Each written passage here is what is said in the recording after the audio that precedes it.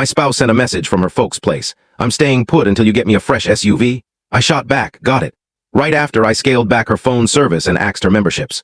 3 days on, her dad rang up to broker her retreat. Me, a 38-year-old guy, work as a designer of buildings. My whole field hinges on one core idea. A building stands firm only if its base is unyielding. For nearly a decade, I figured the bedrock of my union with Emily, 35, was rock solid, forged from common goals and equal regard. Now I realize it was mere dirt nurturing her sense of privilege. The initial crack came during a chat about our ride, a reliable 4-year-old compact.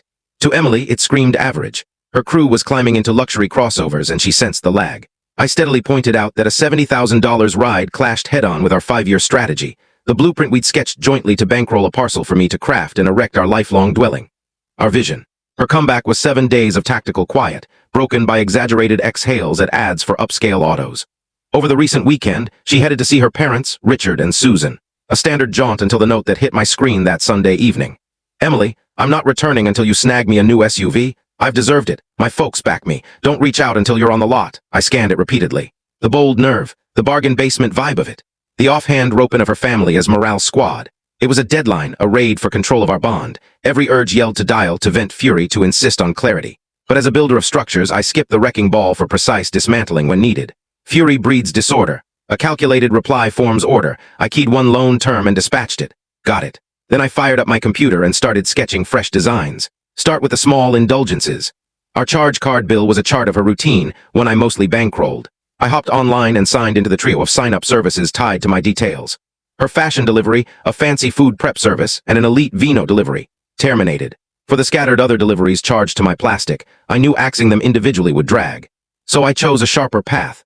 I visited my card issuer's site, flagged the card as missing, and ordered a replacement with fresh digits sent my way. In under 2 days, all autopulls would start bouncing. Next, the tech lifeline. We ran a premium household cell package under my control. I dropped her slot to the bare-bones option. No boundless web, no tethering, merely voice and messages. Sufficient to summon aid, insufficient for non-stop scrolling through lives she resented. I then swapped the codes for all 5 joint video platforms. This wasn't spite. It was enforcing outcomes that echoed her moves. She had solo proclaimed herself an outsider to our alliance until her wishes were fulfilled. Fine then.